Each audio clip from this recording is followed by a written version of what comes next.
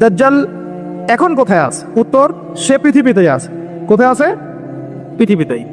কোথায় আল্লাহ পাক রেখেছেন আমরা জানি না, কিন্তু সে যে পৃথিবীতেই আছে তা প্রমাণ তামিম দারির একটা হাদিস।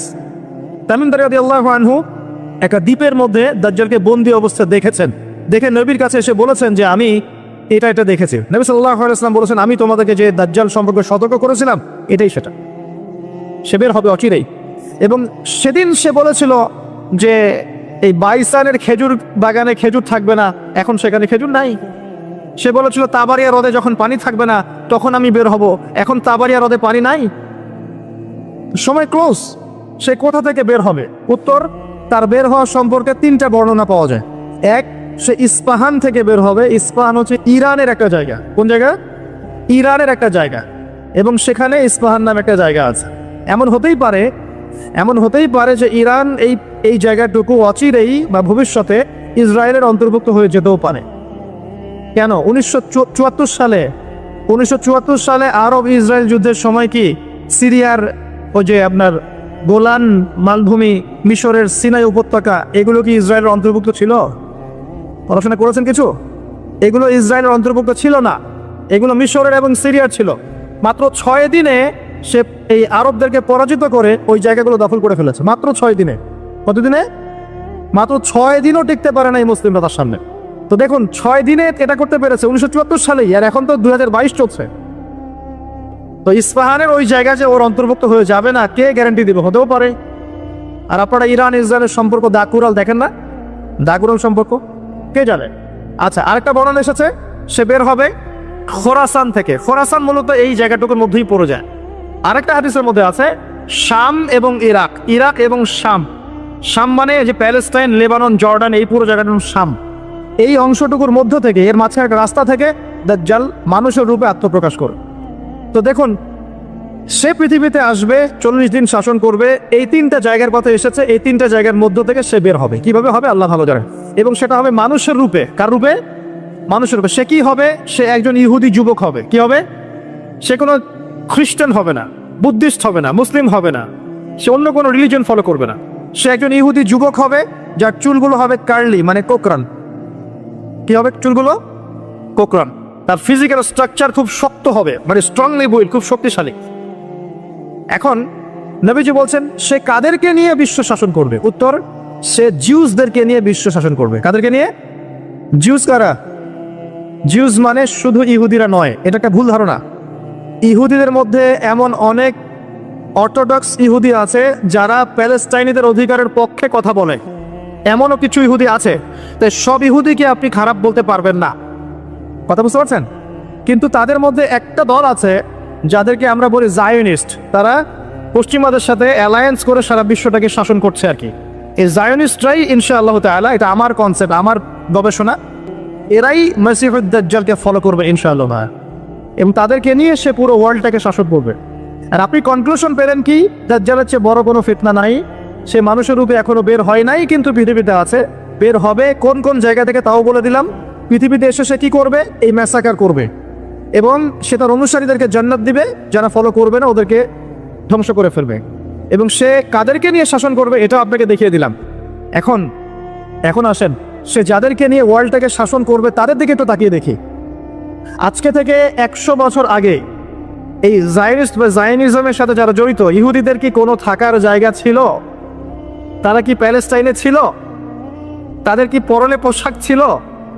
তারা কি সেখান থেকে প্যালেস্টাইনিদেরকে বহিষ্কার করতে পেরেছিল? 100 বছর না, আমি আপনাকে 2000 বছরের কথা বলছি। কত বছর? 2000 বছর পর্যন্ত তারা সেখানে প্রবেশ করতে পারে নাই।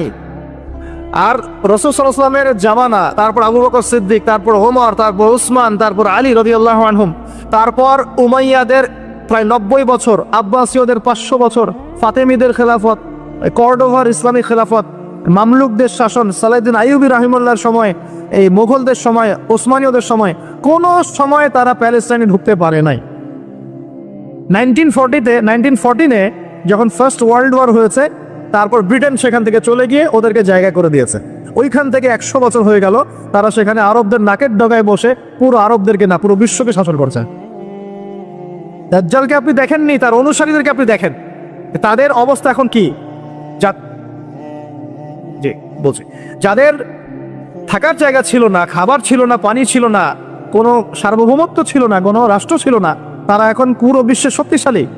শুধু তাই নয়, যারা মিলিটারি অ্যাফেয়ার্স সম্পর্কে জানেন, যারা পলিটিক্স করেন, যারা আপনার অর্থনীতি বোঝেন, তারা আমার কথা বুঝবেন, অন্যরা হয়তো বুঝবে না। তারা সেখান থেকে সারা ওয়ার্ল্ডের ব্যাংকিং সিস্টেমগুলো নিয়ন্ত্রণ করে ফেলেছে। আপনি ওদের বাইরে যেতেই পারবেন না। এবং তারা ওদের ব্যাংকিং সিস্টেম দিয়ে সারা ওয়ার্ল্ডকে সুদখোর বানিয়েছে। সুদ ছাড়া কোনো লোন তারা দিবে না। একটা IMF এর লোনের জন্য কত চড়াই উতরাই পার করতে হয় আপনি জানেন না। ইকোনমিক্স পড়েন তাহলে বুঝবেন। এমনি এমনি দিবে না, সুদ ছাড়া তো দিবেই না। আর সুদটা আমাদের শোধ করতে হবে না, শোধ করতে হবে। তো এদের সিস্টেমটাই সুদভিত্তিক ইকোনমিক সিস্টেম। ফাইন্যান্সে যান, ফাইন্যান্স, পুরো ওয়ার্ল্ডের যে ফাইন্যান্সগুলো আছে এগুলো ওদের হাতে। মিডিয়াতে যান, সারা ওয়ার্ল্ডের বড় বড় মিডিয়াগুলো ওদের হাতে। আপনি পলিটিক্যাল দর্শনগুলোতে যান, পুরো ওয়ার্ল্ডে যে পলিটিক্যাল সিস্টেমগুলো চলছে এগুলো লঞ্চ ওরাই করেছে। খিলাফা নাই, ওই যে খলিফা খিলাফা এটা বাদ, এখন ওদের দর্শনগুলো চলছে। তারপরে কি, অস্ত্র শস্ত্রের দিকে যান, অস্ত্র শস্ত্র, সারা বিশ্বে যত মারণাস্ত্র, নিউক্লিয়ার ওয়েপেন্স এবং থার্মো নিউক্লিয়ার ওয়েপেন্স সবকিছু এখন ওদের কাছে। কয়টা মুসলিম কান্ট্রির কাছে নিউক্লিয়ার ওয়েপেন্স আছে বলেন? কয়টা মুসলিম কান্ট্রির কাছে আকাশ প্রতিরক্ষার ব্যবস্থা আছে, মিসাইলস আছে? উত্তর কোরিয়ার কাছে থাকলেও দেখা যায় যে তুরস্কের কাছে নাই। দেখবেন যে কি বলবো, চায়না, রাশিয়া ওদের কাছে থাকলেও আমাদের আরব কান্ট্রির কাছে নাই। তো দেখেন, ওয়ার্ল্ডকে এই জায়গা থেকে বোঝেন, বিশৃঙ্খলা করে না। দাজ্জালকে যদি বিশ্ব শাসন করতে হয়, আপনাকে যদি বিশ্ব শাসন করতে হয়, আমাকে যদি বিশ্ব শাসন করতে হয়, তাহলে আমাকে বিশ্বের মিডিয়া, প্রযুক্তি, ফাইন্যান্স, ইকোনমিক্স, পলিটিক্স নিয়ন্ত্রণ করতে হবে কি হবে না? সহজ কথা বলেন, হবে কি হবে না? হবে না? আপনার যদি ইকোনমিক কোনো পাওয়ার না থাকে, ডমিনেন্স না থাকে, আপনি কি সারা ওয়ার্ল্ডের ইকোনমি নিয়ন্ত্রণ করতে পারবেন? শ্রীলঙ্কা কি পারবে সারা বিশ্বের ইকোনমি নিয়ন্ত্রণ করতে? পারবে? বাট USA পারে, কারণ ডলার। কারণ কি? ডলার। বুঝতে পারছেন কথা? এই যে মালদ্বীপ কি পারবে সারা ওয়ার্ল্ডের মিডিয়া নিয়ন্ত্রণ করতে পারবে? পারবে না। বাট ইসরায়েল পারবে, বাট বিকজ ওর কাছে গুগল, অ্যাপল সব ওদের। তার মানে এক কথায়, ওয়ার্ল্ডকে রুল করতে হলে আপনার ওয়ার্ল্ডের বড় বড় জিনিসগুলোকে নিয়ন্ত্রণ করতে হবে না?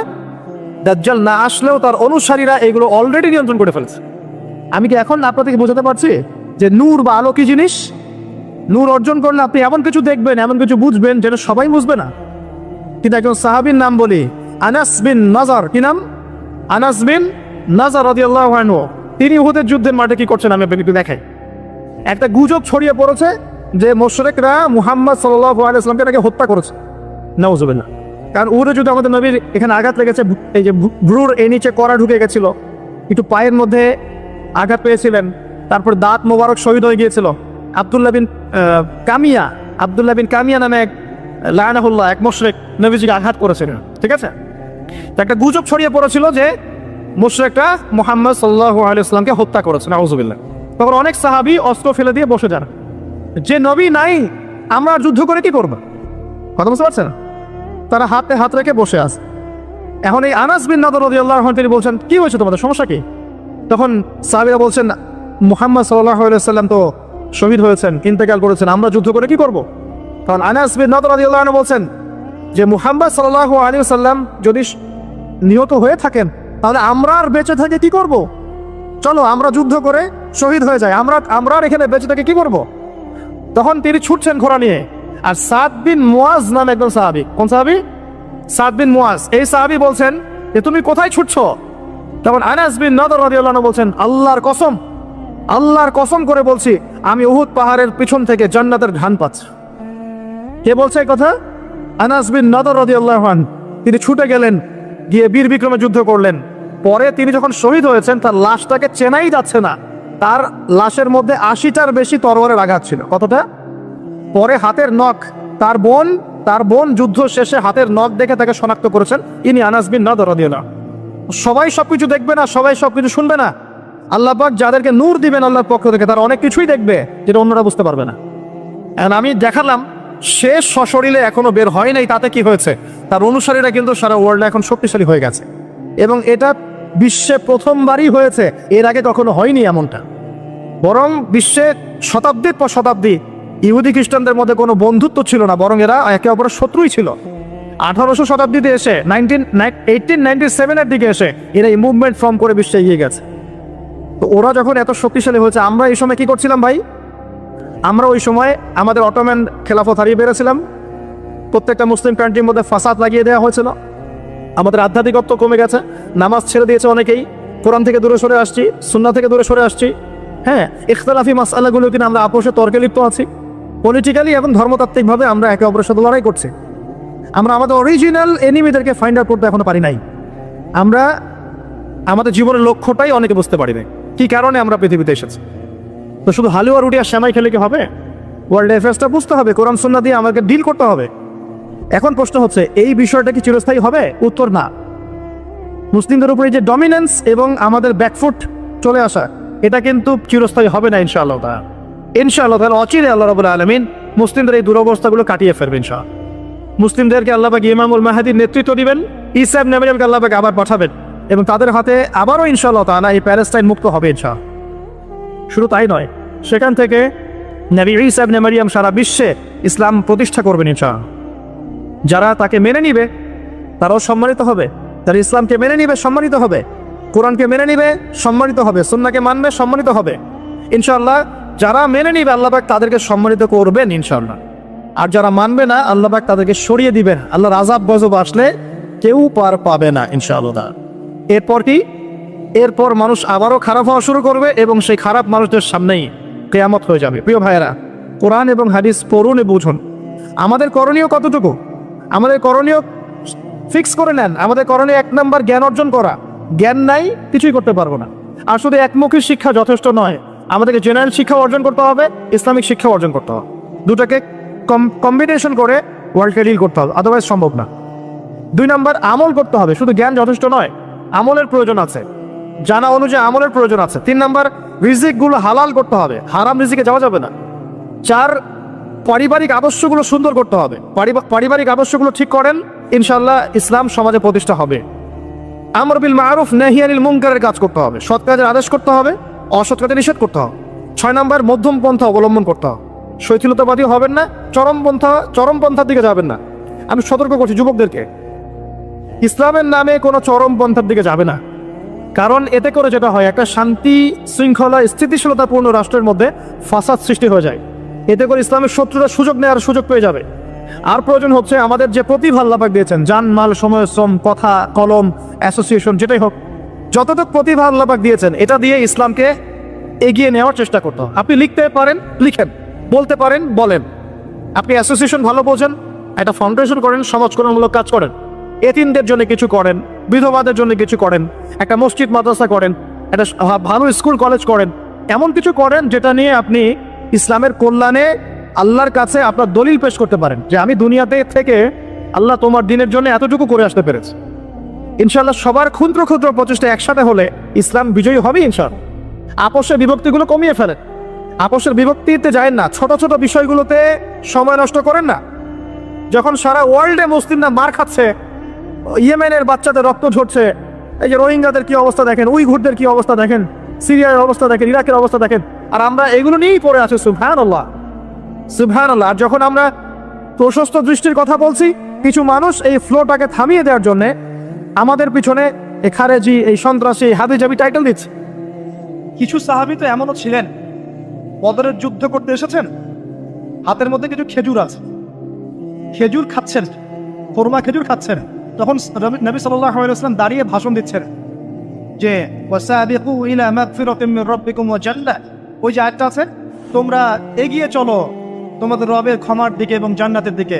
আরদুহা কাআরদিস সামাই ওয়াল আরদ, যার প্রশস্ততা আসমান এবং জমিনের সমান। সাহাবী খেজুর খেতে খেতে খেজুরটা ফেলে দিলেন। আরেকজন সাহাবী জিজ্ঞাসা করলেন যে খেজুরটা ফেলে দিলেন কেন? তিনি বলছেন এই খেজুরগুলো খেতে অনেক সময় লেগে যাবে। নবী সাল্লাল্লাহু আলাইহি ওয়াসাল্লাম এমন কথা বলেছেন, এটা শোনার পরে আমি আর 1 সেকেন্ড নষ্ট করতে যাচ্ছি না। খেজুর ফেলে দিয়ে যুদ্ধে ঝাঁপিয়ে পড়লেন, দেন শহীদ হয়ে জান্নাতে চলে গেলেন। তারাও তো মৃত্যুর স্বাদ গ্রহণ করেছেন, তাই না? আর একজন ইহুদি ব্যক্তি উহুদের যুদ্ধের দিন সকালবেলা মুসলিম হয়েছে। ইহুদিরা তো আমাদের চিরশত্রু, আপনারা জানেন। এটা জানার জন্য ডক্টরেট করার দরকার নেই, থিসিস করার দরকার নেই। প্যালেস্টাইনের দিকে তাকান বুঝতে পারবেন, ফিলিস্তিনকে দেখেন বুঝতে পারবেন। অ্যামনেস্টি ইন্টারন্যাশনাল বলে একটা সংস্থা আছে না, এরা পর্যন্ত দেখলাম গতকালকে রিপোর্ট দিয়েছে যে বিগত এই 50-60 বছর ধরে এরা ফিলিস্তিনদের উপর যা নির্যাতন করেছে, এটা মানবতার ইতিহাসে কখনো করা।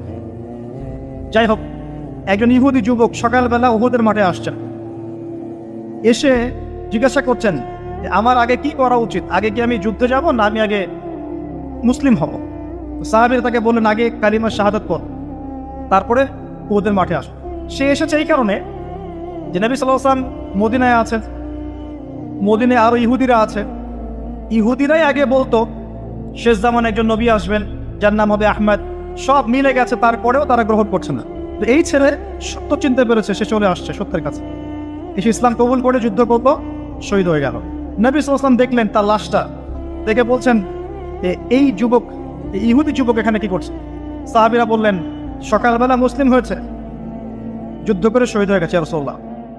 নবীজি বললেন সাল্লাল্লাহু আলাইহি ওয়াসাল্লাম আমিলা কালিল উজরা কাসীর, সে অল্প আমল করলো কিন্তু বিশাল পুরস্কার পেয়ে গেল।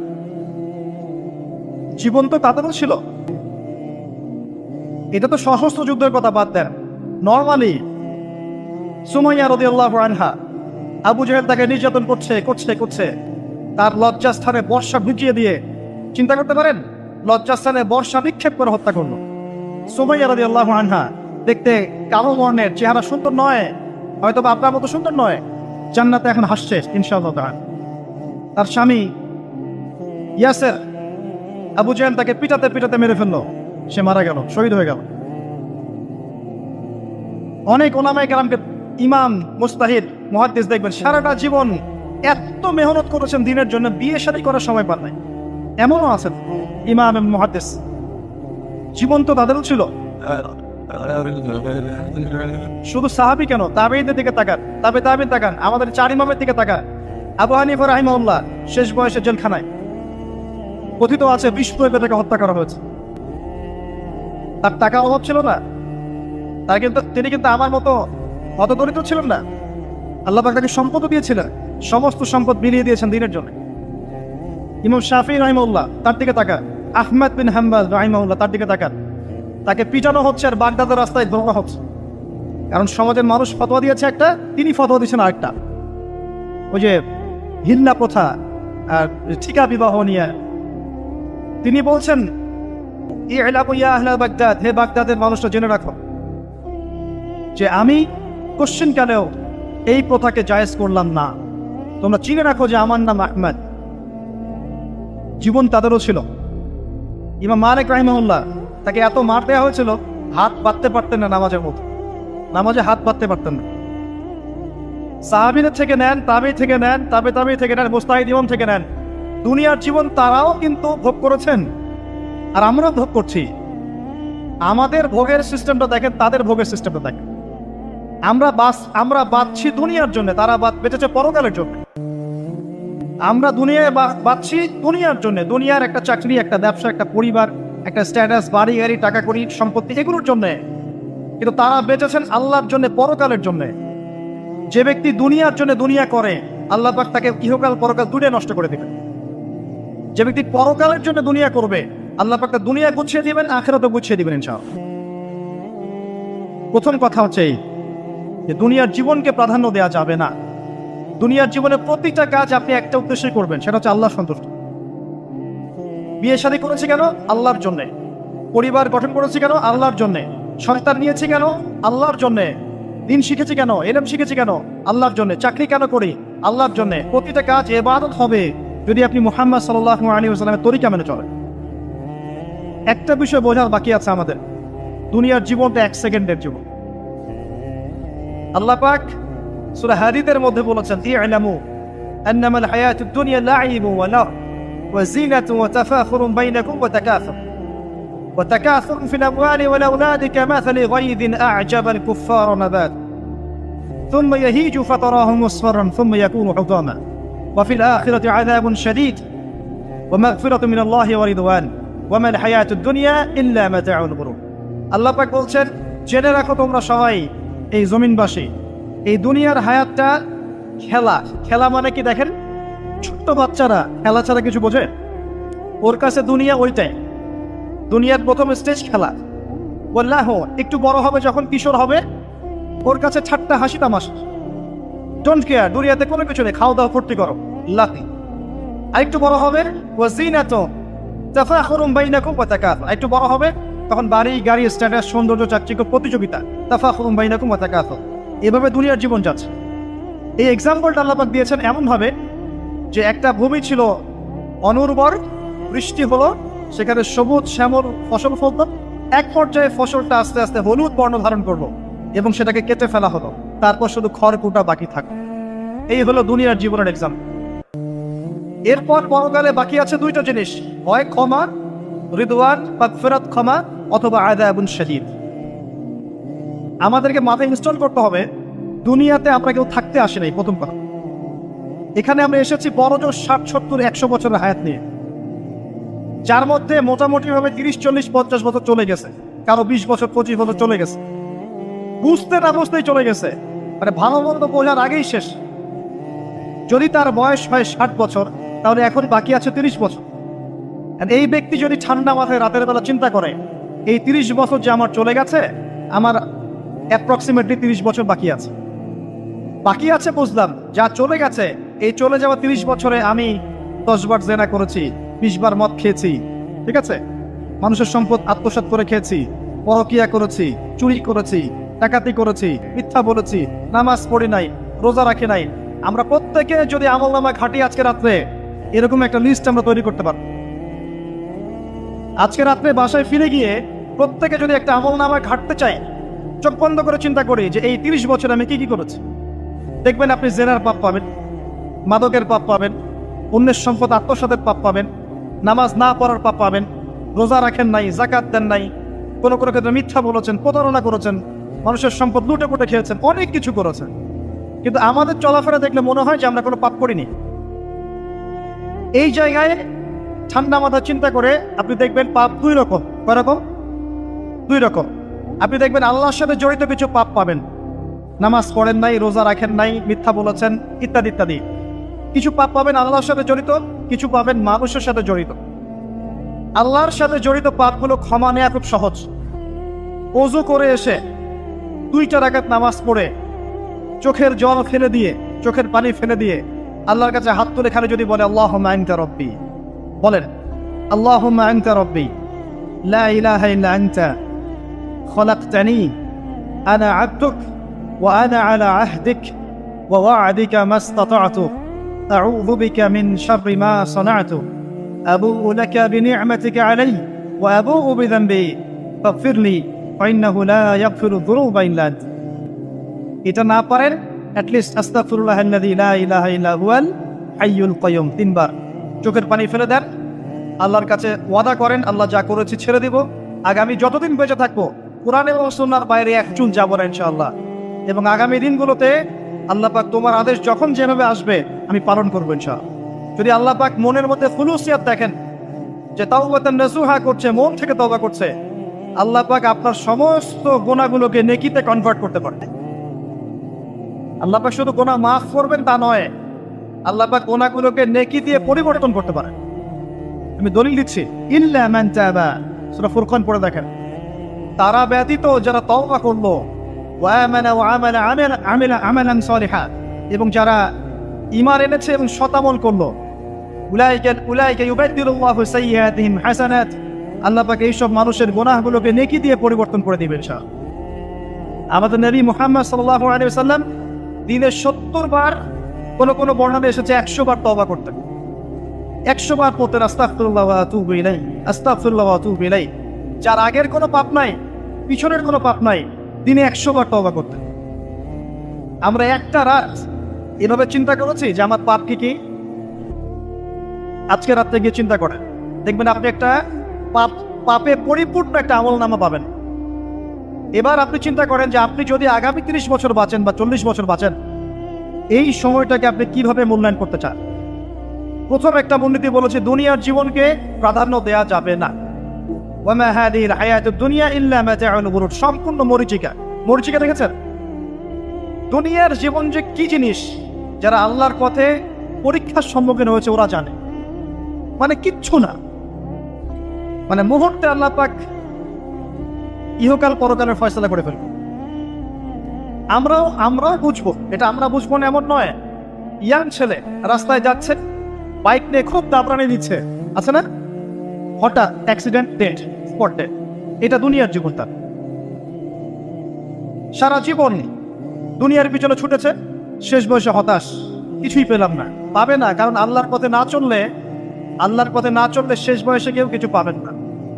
যন্ত্রণা, হতাশা, গ্লানি ছাড়া তখন দেখবেন আত্মহত্যা করে শেষ। ডেট। একটা কথা বলছিলাম যে আপনি চলার পথে কোরআন সুন্নাহর প্রতিকূলে আমল, আকীদা, মানহাজ, মুআমালাত এগুলো দেখলে কি করবেন? কোরআন সুন্নাহকে অগ্রাধিকার দিবেন নাকি চলমান বিষয়কে অগ্রাধিকার দিবেন? ইবাদত করতে এসে দেখছেন আমলের নামে বেদাত চলছে, কি করবেন? বেদাতীদের সাথে আপোষ করবেন না কোরআন সুন্নাহয় ফিরে আসবেন? আপনি তাওহীদের ক্ষেত্রে দেখছেন মানুষ ইসলামের নামে শিরক করছে, এখন আপনি কি সংখ্যাগরিষ্ঠ মানুষকে অগ্রাধিকার দিবেন না কোরআন সুন্নাহর কাছে আসবেন? অর্থনৈতিক জীবনে গিয়ে দেখছেন মানুষ বেশিরভাগই হারাম রিজিক খাচ্ছে, এখন আমি যদি বলি যে দুনিয়ার জীবনে টিকে থাকতে হলে আমাকে এগুলোতে গায়ে আপোষ করে চলতেই হচ্ছে, তাহলে কিন্তু কোশ্চিনকালেও কোরআন সুন্নাহকে প্রাধান্য দেওয়া হলো না। তখন আপনি কি করবেন? পরিবার চালাতে গিয়ে দেখছেন যে পরিবারের বেশিরভাগ লোক আপনার কথা শোনেন। আপনি কোরআন এবং সুন্নাহকে দিয়ে পরিবার চালাতে চান, তারা পশ্চিমা সংস্কৃতি দিয়ে পরিবার চালাতে চায়, হিন্দি সিরিয়াল দিয়ে, গান বাজনা, ডুগি তবলা এগুলো দিয়ে। বেনামাজি, নামাজ রোজার খবর নাই, তালিম নাই, ইসলামিক নৈতিকতা নাই, কিচ্ছু নাই, জীবনের কোনো উদ্দেশ্যই নাই। এরকম পরিবার নিয়ে আপনি চলছেন করবেন, কাকে প্রাধান্য দিবেন? খুব ডিফিকাল্ট প্রশ্নগুলো কিন্তু, এবং এগুলো প্র্যাকটিক্যাল, এগুলো হচ্ছে। এখন চাকরি খুঁজতে গেছেন, আপনি দেখছেন যে ঘুষ না দিলে চাকরি পাচ্ছেন না, কি করবেন আপনি? তখন পড়াশোনা করতে গেছেন, ছেলে মেয়ের ফ্রি মিক্সিং জেনা ছাড়া পড়াশোনাই করতে পারছেন না, কি করবেন তখন? ইউনিভার্সিটিতে গেছেন, ইউনিভার্সিটির পরিবেশগুলো দেখছেন ইসলাম কোথায় আর ইউনিভার্সিটি কোথায়, কি করবেন আপনি তখন? প্রত্যেকটা জায়গায় আপনাকে সিদ্ধান্ত নিতে হবে যে আমি প্রতিটা জায়গায় কোরআন এবং সুন্নাহর সাথে আপোষ করব নাকি চলমান এই জাহিলিয়াতের সাথে আপোষ করব, কোনটা করব? বিশ্বাস করেন, যখন আপনি মনের মধ্যে এই চেতনা লালন করতে পারবেন এবং আল্লাহ আপনাকে হেদায়েত দিবেন যে হ্যাঁ কোরআন সুন্নাহই সমস্ত সমস্যার সমাধান, এবং এর মধ্যে আল্লাহ পাক প্রতিটা বিষয়ের সলিউশন নাজিল করেছেন, আপনি মেনে নেবেন, চলবেন, তখন আপনি বাধা পাবেন, প্রচুর বাধা পাবেন। প্রথম বাধা পাবেন আপনার পরিবার থেকে, এরপরে বাধা পাবেন আপনার সমাজ থেকে, বাধা পাবেন ধর্ম নেতাদের থেকেও, পরবর্তীতে বাধা পাবেন ফেরাউন নমরুদদের থেকে। কি করবেন? ডিসিশনগুলো খুব ইম্পর্টেন্ট, কারণ মনে রাখবেন কবরে 3টা প্রশ্ন হবে। মান রব্বুক, সেই উত্তর দিতে পারবে যে পৃথিবীতে আল্লাহর সাথে শিরক করে নাই। সিম্পল, যে তাওহীদের উপর ছিল, শিরক করেনি, উত্তর দিতে পারবে ইনশাআল্লাহ রব্বি আল্লাহ। পৃথিবীতে যে আল্লাহর সাথে শিরক করেছে সে কোশ্চিন কার উত্তর দিতে পারবে না। শিরক করে মারা গেছে, তওবা করে নাই, উত্তর দিতে পারবে না ইনশাআল্লাহ। মা দীনুক, পৃথিবীতে যে দিন ইসলামকে চূড়ান্ত সত্য রূপে মেনে নেয়নি, পরিপূর্ণ দিন পালন করার চেষ্টা করে নাই, কোশ্চিন কালেও মা দীনুক উত্তর দিতে পারবে না। ইসলামকে ঠাট্টা বিদ্রুপের ছলে হাসি তামাশা গ্রহণ করেছে, সে কখনো উত্তর দিতে পারবে না। মান নবিয়ুক, পৃথিবীতে যে ব্যক্তি নবী সাল্লাল্লাহু আলাইহি ওয়াসাল্লামের সুন্নাহ মেনে চলেনি, জীবনে চলার পথে নবীর সুন্নাহকে পরোয়া করে নাই, অন্যের আদর্শ গ্রহণ করেছে, সে কোশ্চিন কালেও মান নবিয়ুক উত্তর দিতে পারবে না। কারা পারবে তাহলে? 1 নম্বর তাওহীদপন্থীরা পারবে, 2 নম্বর যারা পরিপূর্ণরূপে ইসলাম পালন করেছে এরা পারবে, 3 নম্বর যারা মুহাম্মদ সাল্লাল্লাহু আলাইহি ওয়াসাল্লামের সুন্নাহর উপর টিকে ছিল এরা পারবে। ওয়া মা খালাকতুল জিন্না ওয়াল ইনসা ইল্লা লিয়াবুদুন, শুধুমাত্র ইবাদত করার জন্যই আল্লাহ পাক জিন এবং মানুষ জাতিকে সৃষ্টি করেছেন। আপনাকে আল্লাহ পাক এই হায়াতটা দিয়েছেন, এখন বাকি সময়টা চিন্তা করেন আগামী 30-40 বছর কিভাবে কাটাতে চান। দুনিয়ার জন্য বাঁচবেন না আল্লাহর জন্য বাঁচবেন? যদি আল্লাহর জন্য বাঁচতে চান, সর্বশেষ হেদায়েত আল কোরআন এবং সর্বশেষ নবী মুহাম্মদ সাল্লাল্লাহু আলাইহি ওয়াসাল্লাম, এর বাইরে কিচ্ছু নাই ভাই। সারা দুনিয়ার মানুষ মিলে যদি বলে যে কোরআন সুন্নাহর মধ্যে আছে সুদ হারাম, কিন্তু সুদ হালাল, হালাল হালাল, কোশ্চিন কালে হালাল হবে না। সারা দুনিয়ার মানুষ একটা মাঠে যদি এসে বলে সুদ হালাল, সুদ ভালো, কোশ্চিন কালে হালাল হয়ে যাবে, হারামই থেকে যাবে। সারা দুনিয়ার মানুষ যদি বলে পর্দা করার দরকার নাই, এটা সেকেলে সেকেলে সেকেলে, এটা সেকেলে হয়ে যাবে না, এটা ফরজ থেকে যাবে। কিচ্ছু নাই কোরআন সুন্নাহর বাইরে, কিচ্ছু নাই। যা আছে দেখছেন বোগাস, যার কোনো ভিত্তি নাই, মানুষের মন গড়া প্রবৃত্তির অনুসরণ। এখন আপনি যখন কোরআন এবং সুন্নাহর কাছে আসতে চাইবেন, তখন কিন্তু আপনি চতুর্দিক থেকে বাধা পাবেন। এই পথ চলাটা এত সহজ হবে না। হ্যাঁ, কাদের জন্য সহজ হবে? যারা প্রোটেস্ট্যান্ট মুসলিম হবে। কি মুসলিম? প্রোটেস্ট্যান্ট মুসলিম। এটা কেমন? মানে ওটাও ঠিক এটাও ঠিক, সুদ খেলেও হয় না খেলেও হয়, পর্দা করলেও হয় না করলেও হয়, নামাজ পড়লেও হয়, মাঝে মাঝে সারলেও হয়, যাকাত দিলেও হয় না দিলেও হয়। মডারেট প্রোটেস্ট্যান্ট মানে কোরআন সুন্নাহ যা আছে এগুলো খুব কঠিন মনে হয়, এটা মৌলবাদী মনে হয়, এগুলো মানলে তো এই যুগে চলা যায় না, এগুলো ওই যুগের জন্য। এরকম ভরসা যারা চিন্তা করবে তাদেরকে কষ্ট পেতে হবে না। তারা দেখবেন কষ্ট না করেই দুনিয়ার জীবন কাটিয়ে দিচ্ছে, ওদের কোনো বাধা বিপত্তি আসবে না। আর আপনি যখন কোরআন সুন্নাহকে আঁকড়ে থাকবেন, কেমন করে আঁকড়ে থাকবেন? মারির দাঁত দিয়ে কামড়ে থাকবেন, নবীজি বলেছেন। মারির দাঁত দিয়ে কামড়াতে বলেছেন, সামনের দাঁত দিয়ে কামড়ালে ছটকে যাবে, টান দিলে ছিঁড়ে যাবে। মারির দাঁতে কামড় দিলে টান দিলে সহজে ছিঁড়বে না। এভাবে থাকলে আপনার বাধা আসবে। এখন আপনার সামনে দেখবেন আপনি কিছু ফিতনা এবং কিছু সলিউশন। আপনি নিয়াত করেছেন যে আপনার যে গুনাহগুলো হয়েছে এগুলো থেকে আপনি তওবা করবেন ইনশাআল্লাহ। আগামী দিনগুলো আপনি কোরআন এবং সুন্নাহ অনুসারে চলবেন। এই কথা সেটা একমত আছেন তো? এখন চলতে গিয়ে দেখবেন যে আপনি কিছু স্পষ্ট বিষয় দেখতে পারবেন যেগুলোর সাথে আসলে কোরআন সুন্নাহর খুব একটা মিল পাওয়া যাবে না।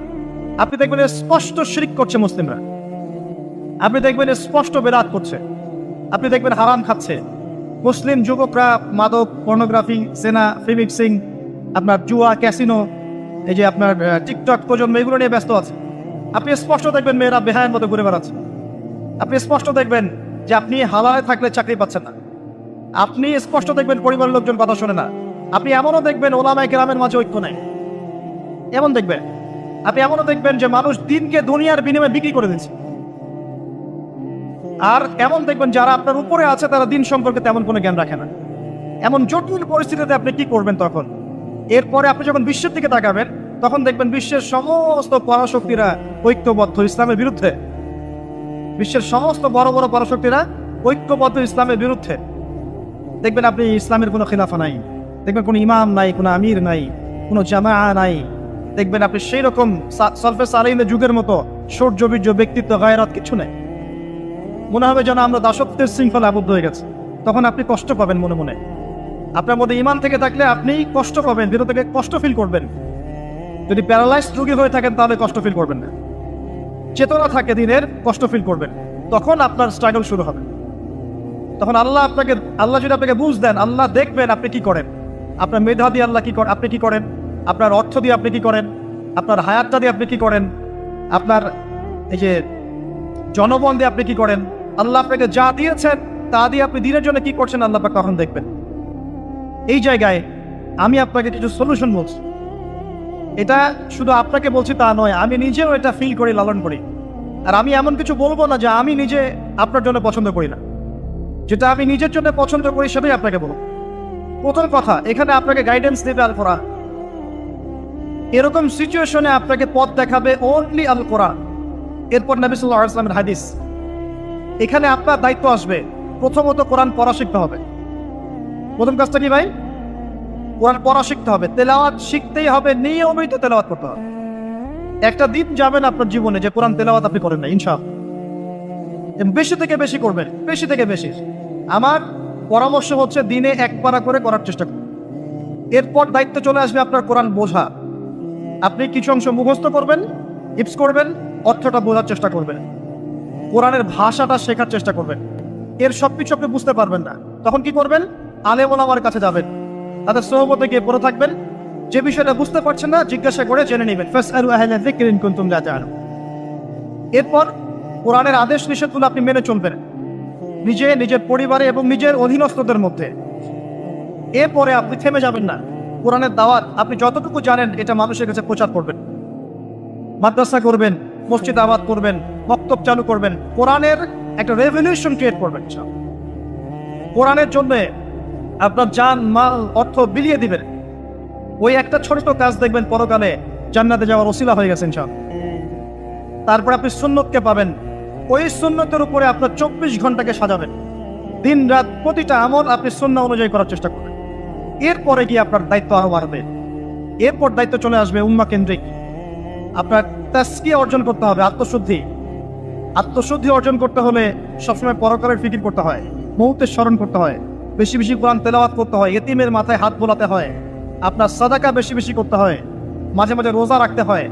এগুলো করতে থাকলে আল্লাহর জিকির বেশি বেশি করতে হয়, আল্লাহর ধ্যান করতে হয়, আল্লাহকে ডাকতে হয়, দোয়া করতে হয়, আত্মশুদ্ধি অর্জন হয়। একই সাথে আপনার অন্তর থেকে হিংসা, বিদ্বেষ, এই যে গীবত, রিয়া, অহংকার, সমালোচনার সংস্কৃতি দূর করতে হবে। নাই, দিনে কোনো জবরদস্তি নাই। কচ্চাবাইয়ানা রুশদু মিনাল গায়। সত্য আর মিথ্যা স্পষ্ট হয়ে গেছে, চাপিয়ে দেওয়ার কিছু নাই।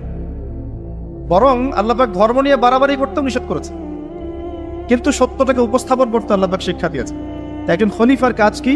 ন্যায়ের মানদণ্ডে মানুষের মাঝখানে বিচার ফয়সালা করা, অন্যায় না করা। ওমর রাদিয়াল্লাহু আনহু নিজের ছেলে অন্যায় করার পরেও তাকে নিজ হাতে শাস্তি দিয়েছেন। একটা বলবো, ওই যে ঘটনা জানেন, রাত্রেবেলা জনগণের খোঁজ খবর নিতেন তিনি। শুনতে পেলেন যে মায়ের সন্তানরা কান্নাকাটি করছে। জিজ্ঞাসা করলেন কেন কান্নাকাটি করছে সন্তান। তখন এই মহিলা বলছে, সন্তানের মারা বলছে, ওয়াল্লাহি হাদা বাইনি ওয়া বাইনা ওমর, আল্লাহর কসম করে বলছি এটা আমার এবং ওমরের মাঝখানের বিষয়। আমি ওমরের নামে আল্লাহর কাছে নালিশ করব। কি নালিশ করবে? যে ওমরের আমলে আমি না খেয়ে আছি, আমার সন্তান না খেয়ে আছে। কথা বুঝতে পারছেন? এই কথা শোনার সাথে সাথে ওমর রাদিয়াল্লাহু আনহুর বুকে আল্লাহ পাকের ভয় চলে আসে, হৃদয় প্রকম্পিত হলো। প্রকম্পিত হওয়ার পর তিনি নিজে চলে গেলেন মদিনায়, যেটাকে বলি আমরা বাইতুল মাল, মানে রাষ্ট্রীয় সম্পদ যেখানে থাকতো ওটাকে বাইতুল মাল বলা হতো। সেখান থেকে একটা আটার বস্তা নিজের কাঁধে উঠিয়েছেন, উঠিয়ে নিজে পায়ে হেঁটে ওই মহিলার বাসায় যাচ্ছেন। তার পাশে থাকা একজন সাহাবী, তিনি বলছেন, তার নাম আসলাম রাদিয়াল্লাহু আনহু, তিনি বলছেন যে ইয়া আমিরুল মুমিনিন, হে আমিরুল মুমিনিন, আমাকে দিন, আনা আহমিলুক, আমি এটাকে বহন করে নিয়ে যাই। আপনি চলেন সাথে, সমস্যা নেই, আমি বহন করে নিয়ে যাই অ্যাটলিস্ট। তখন ওমর রাদিয়াল্লাহু আনহু বলছেন, দিলের কান দিয়ে শোনেন কথাগুলো। ওমর রাদিয়াল্লাহু আনহু বলছেন, হাল আনতা তাহমিলু উযরি ইয়াউমাল কিয়ামা, তুমি কি কিয়ামতের মাঠে আমার পাপের বোঝা বহন করবে? সুবহানাল্লাহ, চিন্তা করে দেয়। নিজের হাতে গেলেন, রান্না করে খাওয়ালেন, তারপরে বললেন আগামীকাল তুমি আমিরুল মুমিনিনের দরবারে এসো, সেখানে আমাকে পাবে। এই হলো ওমর রাদিয়াল্লাহু আনহুর খেলাফ। একদিন তিনি তার যে উট, এটাকে পরিষ্কার করছেন। আলী রাদিয়াল্লাহু আনহু দেখে বলছেন, আমিরুল মুমিনিন, আপনি পরবর্তী জেনারেশনের জন্য অনেক কঠিন আদর্শ রেখে যাচ্ছেন। আপনি এত কাজ করছেন, তারপরে নিজের কাজও নিজে করছেন।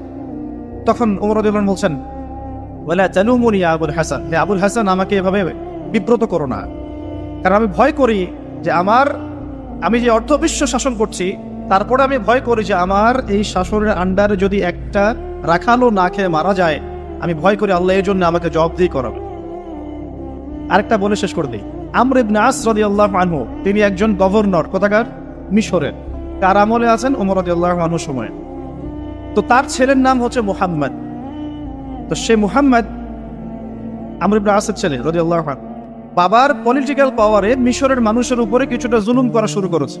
এটা হয় না এমন মাঝে মাঝে? এমন হয় না? হতে পারে। তো এখন ওই মিশরের কিপ্তি এক লোক যার উপর জুলুম করেছে, এই ভদ্রলোক এসে ওমর রাদিয়াল্লাহু আনহুকে নালিশ করছে যে আপনার নিযুক্ত এই গভর্নরের ছেলে আমাকে জুলুম করেছে। এবার ওমর রাদিয়াল্লাহু চিঠি লিখে পাঠালেন যে বাবা এবং ছেলে দুজনকে মদিনায় নিয়ে আসো। দুজনকে মদিনায় নিয়ে আসা হলো। আনার পরে ওই কিপ্তিকে ডাকা হচ্ছে, আইনাল কিপ্তি, কিপ্তি কোথায়? কিপ্তি আসলো, এসে বলছে, এই যে আমি আমিরুল মুমিনিন। নিজের হাতের লাঠিটা এই কিপ্তির হাতে দিয়ে আমিরুল মুমিনিন বলছেন, ইদরিব ইবনুল আকরামিন, এখন সবার সামনে তুমি এই সম্মানিত ছেলেকে পিটাও।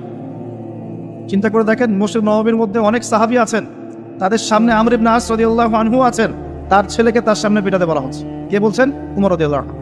সেই কিপ্তি বিব্রত, যাই হোক পিটালেন। অনেকক্ষণ মারার পরে যখন সে থামলো, তখন ওমর রাদিয়াল্লাহু আনহু বলছেন, হ্যাল শাফাইত, তুমি কি সন্তুষ্ট হয়েছো? বলছে, শাফাইত ওয়া শাফাইত, আমি সন্তুষ্ট হয়েছি এবং তৃপ্তি হয়েছে, আমি ন্যায় বিচার পেয়েছি। আচ্ছা, এবার কি? আলান, এখন ইদরিব আলান আদ-দারবু আলা রাসি আমর, এখন আমর ইবনে আসের মাথার উপরে এই লাঠি দিয়ে মারো। ওয়াল্লাহি মা দারাবাকা ইল্লা বিফদলি সুলতানি, আল্লাহর কসম করে বলছি, আমর ইবনে আসের ছেলে তার বাবার পলিটিক্যাল পাওয়ারেই তোমার গায়ে হাত তুলেছে। আমি কি শাসন বোঝাতে পারছি? এরকম শাসকতা আল্লাহ পাক নিষেধ করেন নাই, বরং এই শ্রেণীর শাসক হতে পারলে আরশের ছায়া আল্লাহ পাক ছায়া দিবেন সব। আল্লাহ পাক বলেছেন তার হাবিবের মাধ্যমে 7 শ্রেণীর মানুষকে আল্লাহ রাব্বুল আলামিন কিয়ামতের মাঠে আরশে আজিমের ছায়া ছায়া দিবে। কয় শ্রেণী? তার মধ্যে প্রথম হচ্ছে ইমামুন আদিল, ন্যায়পরায়ণ শাসক। এই জন্য আমি খুব দোয়া করি মন থেকে আল্লাহ পাক আমাদের যাকে যেখানে দায়িত্ব দিয়েছেন সবাইকে তার জায়গায় ন্যায়পরায়ণ হওয়ার তৌফিক দান করুন। আমরা সবাই দোয়া করব। সমালোচনা করা সহজ, একটা মানুষ যখন কাজ করবে কাজের সময়ে ভুল ত্রুটি ধরা সহজ, কিন্তু সেই কাজ নিজে করা এত সহজ নয়। আমরা যারা দিনের পথেও চলি দেখবেন সমালোচকের অভাব আছে, অভাব নাই, কিন্তু নিজে একটা বই লিখুক, নিজে একটা লেকচার দেখ, 10 জন মানুষের সামনে দাঁড়িয়ে কথা বলুক, দিনের কিছু ভালো কথা উপস্থাপন করুক, দেখবেন নাই, পারবে না। কিন্তু সমালোচনা করা সহজ, ফেসবুকে বসে বসে 2-4 লেখা সহজ, ফেসবুকে বসে শুয়ে শুয়ে 2-4 লাইন লেখা সহজ, কনস্ট্রাকটিভ কাজ করা এত সহজ নয়। আর সবচেয়ে কঠিন কথা হচ্ছে আমাদের সবাইকে আল্লাহর কাছে ফিরে যেতে হবে এবং যার যার দায়িত্ব বুঝিয়ে দিতে হবে। আল্লাহ পাক আমাদের সবাইকে দাউদ আলাইহিস সালামের মতো, সুলাইমান আলাইহিস সালামের মতো, আদম আলাইহিস সালামের মতো আল্লাহর খলিফা হওয়ার তৌফিক দান করুন। সামনে যাই, যে কথা থেকে এখানে আসছি ভাই, কোরআনের সূরাগুলো আপনাকে কি দিবে? আলো দিবে। তো নূর, সূরা নূরের প্রথমেই আল্লাহ পাক আলোর কথা আলোচনা করছেন। কোন টপিক দিয়ে? জেনা দিয়ে, ব্যভিচার দিয়ে। যে ব্যভিচার যদি কেউ করে, জেনা যদি কেউ করে, তাকে তোমরা 100টা বেত্রাঘাত করো। এটা ইসলামিক লস। এখন সারা বিশ্বের খুব কম জায়গায় এটার ইমপ্লিমেন্টেশন আছে, তবে ইনশাআল্লাহ তাআলা যখন ইমামুল মাহদী আসবেন, ঈসা ইবনে মারিয়াম আসবেন, তখন আবারও এটা বাস্তবায়িত হবে ইনশাআল্লাহ। এটা আগে ছিল, এখন নাই সব জায়গায়। যাই হোক, আসমানে আছে, পৃথিবীতে যদি নাও হয় আসমানে শাস্তি হবে ইনশাআল্লাহ। যখনই আল্লাহ পাকের ওই সুন্নাহ, যখনই মুসলিমরাও, অমুসলিমরা তো আছেই, মুসলিমরাও যদি আল্লাহর বিধান থেকে সরে গিয়েছে, আল্লাহ পাক ওদেরকেও সরিয়ে দিয়েছেন, নতুন সম্প্রদায় নিয়ে এসেছে। এটাই সভ্যতার সংকট। আবার কথাটা ভালো করে বোঝেন, অমুসলিমদের কথা বাদ দেন। মুসলিমরা যখন দায়িত্ব পেয়েছে মুহাম্মদ সাল্লাল্লাহু আলাইহি ওয়াসাল্লামের সময় থেকে নিয়ে, তখন মুসলিমরাও যদি আল্লাহ এবং তার রাসূলের অবাধ্যতা করেছে, আল্লাহ পাক মুসলিমদেরকেও সরিয়ে দিয়েছেন, অন্য নতুন প্রজন্মকে নিয়ে এসেছেন। এটা আল্লাহর সুন্নাত, মনে রাখবেন। আব্বাসীয়রাও সরে গেছে, এদিকে দায়িত্ব চলে আসলো মামলুকদের হাতে। মামলুক মানে দাস। ইলতুৎমিশের নাম শুনেছেন? নাম শোনেন নাই? তারা যখন ক্ষমতা নিয়েছেন, কুতুবউদ্দিন আইবেক নাম শোনেন নাই? কুতুব মিনার, তারা মামলুক ছিলেন, তাদের হাতে আল্লাহ পাক ক্ষমতা দিয়েছেন। মিশরের এই মামলুকরা বিশ্ব চালিয়েছে কিছুদিন, কর্ডোভার মুসলিমরা শাসন করেছে কিছুদিন, মাঝখান থেকে ফাতেমিরা খেলাফত নিয়েছিল কিছুদিন। তারপরে যখন চতুর্মুখী ক্রুসেডগুলো হচ্ছিল, ক্রুসেডারদের আক্রমণ বেশি হচ্ছে, মঙ্গোলিয়ানদের আক্রমণ বেশি হচ্ছে, তখন আল্লাহ পাক উসমানীয় খেলাফত নিয়ে এসেছেন। এই যে দেখছেন না কুরুলুস উসমান, দেখেছেন না কুরুলুস? তারপরে যে আর্তুগুল দেখেছেন না? এগুলো হিস্ট্রি পড়বেন। আর্তুগুল গাজীর ছেলে কুরুলুস। কুরুলুস তো বীরত্বের কথা। উসমান গাজী, তার হাত ধরে অটোমান এম্পায়ার প্রতিষ্ঠা হয়েছে। কত বছর শাসন করেছে তারা? কত বছর? তারও বেশি, 600+ তারা শাসন করেছে। এদের মধ্যে প্রথম দিকে শক্তি ছিল, ক্ষমতা ছিল, আস্তে আস্তে এরা দুনিয়া পূজারি হয়, ক্ষমতা চলে যায়। একই সুন্নাহ, সভ্যতার এই টোটাল সংকটের চিত্র একই। যখনই মানব জাতি আল্লাহর বিধান মেনেছে, রাসূলের আনুগত্য করেছে, আল্লাহর দেখানো পথে চলেছে, আল্লাহ দুনিয়াতে সম্মান দিয়েছেন, পরকালে জান্নাত দিয়েছেন। আর যখনই কোনো জাতি হোক, সেটা মুসলিমরাও, যখনই আল্লাহর বিধান মানে নাই, রাসূলকে মানে নাই, প্রবৃত্তির আনুগত্য করেছে, তখন আল্লাহ রাব্বুল আলামিন তাদেরকে সরিয়ে দিয়েছে। এখন ওসমানীয়দের পতন হয়ে গেল ফার্স্ট ওয়ার্ল্ড ওয়ারের পরে, প্রথম বিশ্বযুদ্ধের পরে। এটা একটা বিস্ময়কর বিষয়। 2 জন ব্যক্তির হত্যাকাণ্ডকে কেন্দ্র করে আস্তে আস্তে যুদ্ধে জড়িয়ে যাচ্ছে অস্ট্রিয়া, হাঙ্গেরি, তারপরে এদিকে আপনার সোভিয়েত ইউনিয়ন, জার্মানি, এদিকে ব্রিটেন, পরে আসছে আমেরিকা, এদিকে ফ্রান্স। সবাই মারামারি করতে করতে করতে 4-5-6 বছরের ব্যবধানে দেখলেন যে আপনি মাশাআল্লাহ 3-4 কোটি মানুষ মরে শেষ। First world war history. আবার ওই একই চেতনা থেকেই হিটলার চিন্তা করছিল যে আমার হারানো জায়গাগুলো ফিরে পেতে হবে। একটা এক্সট্রিম জাতীয়তাবাদের চেতনায় সে পরবর্তীতে আবার জার্মানদেরকে ঐক্যবদ্ধ করতে থাকে। অভ্যন্তরীণ বিষয়গুলোকে ডিল করার পরে সে যখন পলিটিক্যাল ক্ষমতায় যায়, সে তখন ওই হারানো জায়গাগুলো ফিরে পাওয়ার চেষ্টা করতে থাকে, সামরিক বাহিনী শক্তিশালী করতে থাকে। এক পর্যায়ে পোল্যান্ডকে আক্রমণ করাকে কেন্দ্র করে ব্রিটেন এবং এই ফ্রান্স এর সাথে আবার জার্মানির কমিশন শুরু হয়ে যায় দ্বিতীয় বিশ্বযুদ্ধ। দ্বিতীয় বিশ্বযুদ্ধ হতে হতে এক পর্যায়ে আমেরিকা জয়েন করে, এদিকে জাপান জয়েন করে, আস্তে আস্তে অটোম্যানরাও জড়িয়ে পড়ে। এই যে অটোম্যানরা, তার আগেও তারা জড়িয়েছে আপনার ফার্স্ট ওয়ার্ল্ড ওয়ারে। তারা ফার্স্ট ওয়ার্ল্ড ওয়ারেই জড়িয়েছে, সেকেন্ডটাতে আসলে ওদের তেমন প্রস্তুত ছিল না। আস্তে আস্তে জড়িয়ে পড়তে পড়তে ওই যে হিরোশিমা নাগাসাকির বোমাবাজি দিয়ে যুদ্ধ শেষ হয়, সারেন্ডার করে। শুরু কোথায় শেষ কোথায়, বিশ্ব দেখলো কিভাবে মানুষ মরলো। আমাদের আলামত ছিল এগুলো। বেশি বেশি মানুষ মারা যাবে, মানুষ জানবে না কি কারণে মারা হচ্ছে আমাকে, আর হত্যাকারীও জানবে না কেন মারছে আমি তাকে। এটাতে আরো প্রায় 7-8 কোটি মানুষ মরে শেষ। আর সামনে আপনাদের অপেক্ষা করছে ইনশাআল্লাহ তাআলা আরেকটা ওয়ার্ল্ড ওয়ার, যেটা হবে ইনশাআল্লাহ আল্লাহু আ'লাম বিস-সাওয়াব, যেটা হবে নিউক্লিয়ার ওয়ার। যার ব্যাপারে হাদিসে এসেছে ইরাকের ফোরাতের সোনাকে কেন্দ্র করে যুদ্ধটা হবে, যেখানে 99% কমব্যাটেন্ট মারা যাবে। প্রতি 100 জনের মধ্যে 99 জন যোদ্ধা এখানে মারা যাবে, 99%। আর ঢাল তলোয়ার দিয়ে যুদ্ধ করলে 99% মানুষ মারা যায়। নিঃসন্দেহে এখানে এমন কোন ওয়েপন্স থাকতে হবে যেটা ম্যাস ডিস্ট্রাকটিভ, নিউক্লিয়ার ওয়েপন্স থাকতে হবে, যেটার সামনে বিশ্ব দাঁড়িয়ে আছে।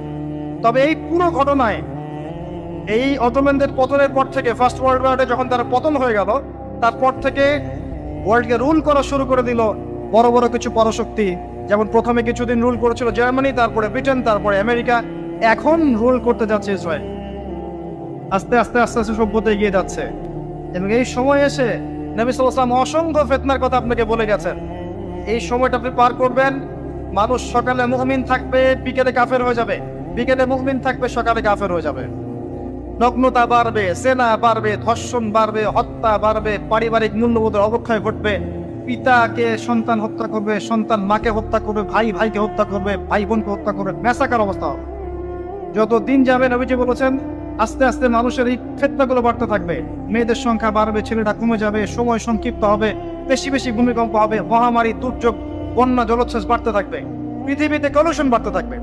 যতদিন যাবে সভ্যতা এভাবে সংকটময় অবস্থার দিকে যেতে থাকবে, এবং এমন একটা অবস্থায় গিয়ে দাঁড়াবে যে ওয়ার্ল্ডটা দুভাগে বিভক্ত হয়ে যাবে, এক ভাগ মুসলিমদের, আরেকবার অমুসলিমদের।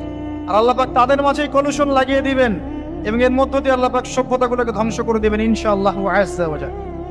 যারা জিও পলিটিক্স বোঝে না, ওদেরকে গিয়ে বলবেন যে ইউক্রেন রাশিয়ার বিষয়টা কি, তারা বলবে ইউক্রেনের উপর আল্লাহর গজব পড়েছে, ব্যাস, দ্যাটস অল। এই পুরো বিষয়গুলোর পিছনে যে একজন কলকাঠি নাড়ছে, এটা তো তারা তাদের ইনসাইটে দেখতে পাচ্ছে না। ফার্স্ট ওয়ার্ল্ড ওয়ারের পরে সবার ক্ষতি হয়েছে, একটা রাষ্ট্রের লাভ হয়েছে। কে তারা? যাদের কোনো ল্যান্ড ছিল না, 2000 বছর উদ্বাস্তুর মতো ঘুরেছে। প্রথম বিশ্বযুদ্ধের পরে এই ওয়ার্ল্ডের সিম্পেথি নিয়ে জেরুজালেম দখল করে ফেলেছে। আমাদের বাদেরকে, বোনদেরকে নির্বিচারে হত্যা করেছে, ধর্ষণ করেছে, ভাইদেরকে বের করে দিয়েছে, আমাদের জমি তারা দখল করে নিয়েছে। ব্যাপারটা অনেকটা এমন যে আমার ঘরে একটা মেহমান এসেছে, দরজা নক করছে, আমি দরজা খুলে দিলাম, বললাম আসেন ভিতরে বসেন, নাস্তা করেন, চা খান। তারপরে সে জোর করে আমাকেই বের করে দিল, দিয়ে দরজা বন্ধ করে দিল। দরজা বন্ধ করে দিয়ে আমি এখন দরজা বাইরে থেকে নক করছি, আমার ঘর আমাকে ফেরত দেন। আর সে বলছে এ হচ্ছে সন্ত্রাসী, আমার ঘর ফেরত চাচ্ছে। এবং সারা ওয়ার্ল্ডের যত মেইন বিষয়গুলো আছে, আপনার পলিটিক্স বলেন, ইকোনমিক্স বলেন, জিও পলিটিক্স বলেন, আপনার ফাইন্যান্স বলেন, মিডিয়া প্রযুক্তি বলেন, অস্ত্রশস্ত্র বলেন, সব কিছু সে নিয়ন্ত্রণ করছে সেই শুরু থেকে। তারপর সেকেন্ড ওয়ার্ল্ড ওয়ারে পরে সে আরো শক্তিশালী হচ্ছে। প্রথমে ব্রিটেনের হাত ধরে, পরে আমেরিকার হাত ধরে। এখন সে তার সর্বোচ্চ শক্তিটা প্রয়োগ করবে ইনশাআল্লাহ দেখে নিয়ে, এবং আস্তে আস্তে সে আরো এত শক্তিশালী একটা জায়গায় আসবে যে তাকে ডমিনেট করা আর কারোর পক্ষে পসিবল হবে।